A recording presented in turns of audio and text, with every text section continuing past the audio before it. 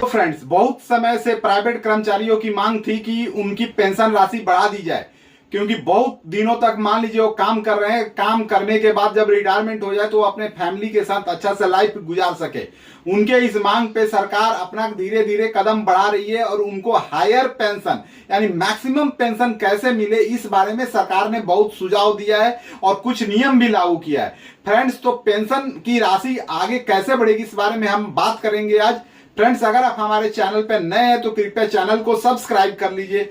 Subscribe करने में मात्र 0 सेकंड लगेगा, लेकिन आप एक सब्सक्राइब से किसी को अच्छा वीडियो बनाने के लिए प्रेरित होगा।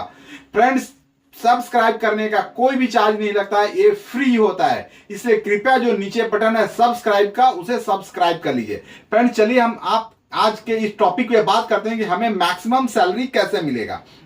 फ्रेंड्स, ईपीएफओ में ऑप्शन दिया हुआ है कि आप हायर पेंशन के लिए अपना चुनाव कर सकते हैं। अब होता क्या है कि आप कहीं काम करते हैं, उसका आपकी जो सैलरी होती है उसका 12% आप ईपीएफओ में योगदान देते हैं, उतना ही पैसा आपका नियोक्ता भी उसमें योगदान देता है।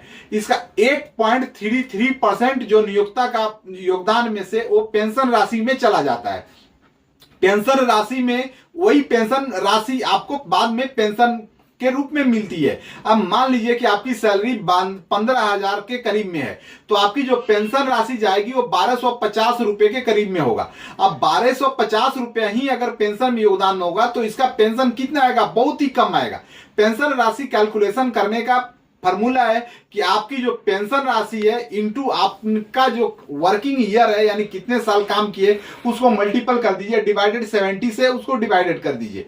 तो आप देखेंगे कि आपने सुना भी होगा कि बहुत लोगों को पेंशन 1,000 रुपया, 2,000, 2,500 आता है, तो इसी कैलकुलेशन के अंतर्गत आता है। इसीलिए बहुत लोगों के मांग के बाद, जैसे ईपीएस 95 के जो एम्प्लॉई है पेंशन भोगी हैं, उन लोगों की भी बहुत सारे धरना प्रदर्शन हुआ था, तो सरकार ने इन लोगों को अधिक पेंशन कैसे मिलेगा, इसके लिए उनको हायर पेंशन चुनने का ऑप्शन दिया।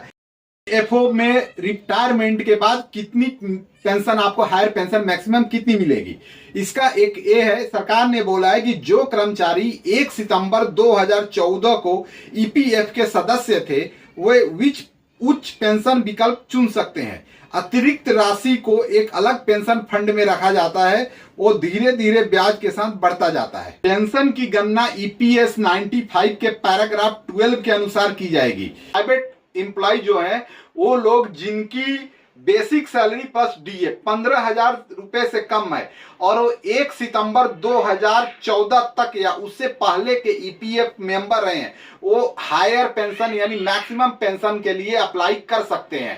ज्यादा पेंशन पाने का अभी के समय में एक मात्र है कि आप अपने जो पेंशन फंड है उसमें कुछ ज्यादा योगदान दे। ज्यादा योगदान देने से क्या होगा कि आपको ज्यादा पेंशन भी मिलेगा। बाकी जो मिनिमम पेंशन की राशि है उस पर भी सरकार धीरे धीरे अपनी कदम बढ़ा रही है और आने वाले समय में इसके अच्छे परिणाम ही आएंगे। तब तक आप हमारे चैनल को सब्सक्राइब करके रखिए ताकि कोई भी ऐसा न्यूज या अपडेट आए तो आप लोगों तक शेयर हो सके। धन्यवाद।